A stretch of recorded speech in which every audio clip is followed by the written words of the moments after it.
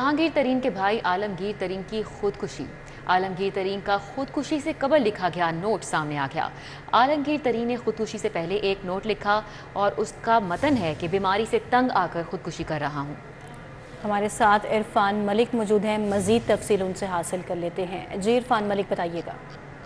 जी बिल्कुल, आपको बताएं कि आलमगीर खान जिन्होंने आज अपनी ज़िंदगी का खात्मा किया और ये जहांगीर तरीन के भाई भी हैं, इनकी जानिब से एक सुसाइडल नोट लिखा गया था जो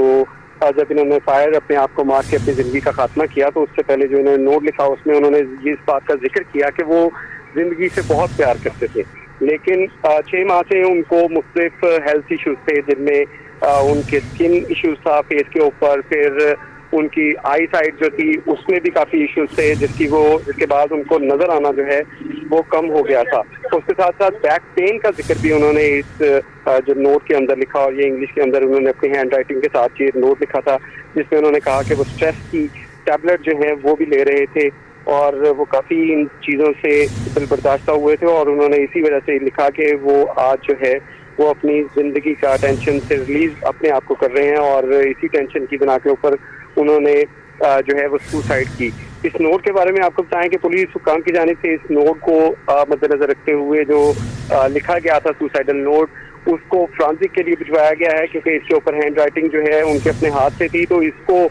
जो है फ्रांसिक एक्सपर्ट जो है एनालिसिस करेंगे। दूसरी जानिब पुलिस ने जो ब्लॉक पिस्टल मौके से बरामद किया है जो उनका अपना लाइसेंसी पिस्टल था जिससे एक गोली फायर की गई थी उसको भी जो है वो सामने रख लिया गया है और इस हवाले से पुलिस हुक्काम का ये कहना है कि एविडेंस कलेक्शन जो है वो मुकम्मल कर ली गई है और एविडेंस कलेक्शन मुकम्मल करने के बाद अब बॉडी जो है इसको जनरल हॉस्पिटल में मूव किया है और क्योंकि इस पर सुसाइडल नोट लिखा गया था तो अब जो तहकीकात है उसको आगे बढ़ाया जा रहा है और उसके अंदर पुलिस हुक्काम का ये कहना है कि अब फैमिली की जो उसके ऊपर कार्रवाई की जाएगी, फैमिली इसके ऊपर कार्रवाई करवाना चाहती है या नहीं,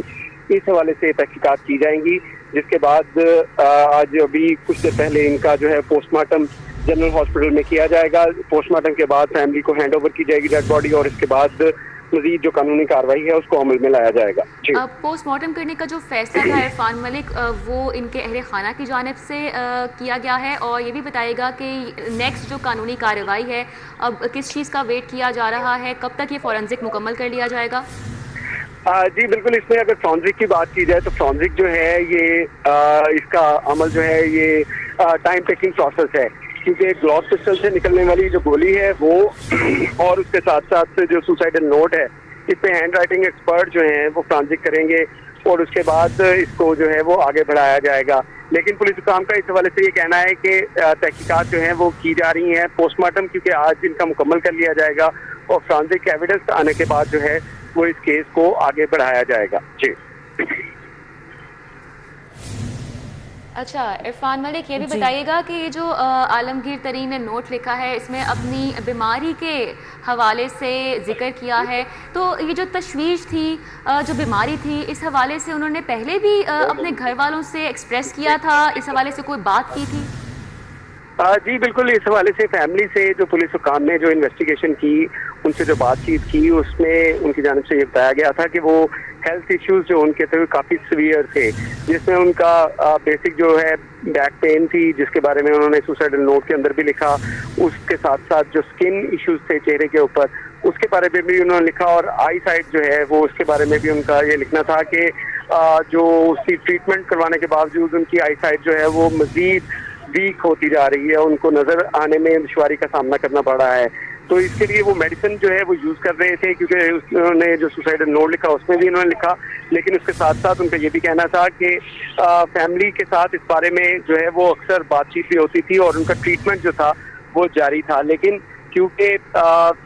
इस तमाम बीमारियों की वजह से वो काफ़ी स्ट्रेस में चले गए थे और स्ट्रेस की वो टैबलेट जो है वो भी यूज़ कर रहे थे, तो इसमें उनका जो ट्रीटमेंट जो है वो उसके बारे में फैमिली की जानिब से जो बताया गया पुलिस हुक्काम को ये कहना था कि उनका ट्रीटमेंट जारी था, लेकिन क्योंकि वो काफ़ी स्ट्रेस में चले गए थे तो इसी बिना के ऊपर आज उन्होंने अपनी जो जिंदगी है उसका खात्मा किया। तो पुलिस का कहना है कि क्योंकि suicidal note Irfan Malik, additional IG Wasim Sayal भी वहां मौके पर पहुंचे और उन्होंने कहा कि दहशतगर्दी या दीगर वजूहात की बिना पर भी तहकीकात की जा रही है, क्या कोई अंसर अभी भी मौजूद है या पाया जाया है या कोई शवाहिद नजर आए हैं दहशतगर्दी के हवाले से भी, क्योंकि उन्होंने स्टेटमेंट दी है? क्योंकि ये हाई प्रोफाइल केस है और इस हवाले से तमाम जो पहलू हैं उनको जो देखा जा रहा है, क्योंकि यहाँ पे एडिशनल आईजी सीटीडी वो भी आए और उनके साथ साथ दीगर जो अलाइड डिपार्टमेंट थे जिसमें इंटेलिजेंस एजेंसीज थी वो भी यहाँ पे आई थी और उनकी जानिब से भी ये तमाम एविडेंस जो है वो कलेक्शन की गई है। लेकिन अभी इसकी खत्मी जो फाइंडिंग है वो सामने नहीं आ सकती, क्योंकि तमाम डिपार्टमेंट और जो इंटेलिजेंस एजेंसीज हैं वो इसके ऊपर अपनी रिपोर्ट जनरेट करेंगी। लेकिन अभी तक जो इब्तदाई तहकीकात सामने आई हैं, क्योंकि सुसाइडल नोट बरामद हुआ जो उनकी अपनी हैंड राइटिंग में था और उसके साथ साथ जो ग्लॉस पिस्टल बरामद हुआ उसमें उनके फिंगरप्रिंट मौजूद थे। अब पुलिस का कहना है कि जो मकतूल जो मुतवफ़ी थे जिन्होंने अपनी ज़िंदगी का खात्मा किया आलमगीर खान, उनके हाथ के ऊपर जो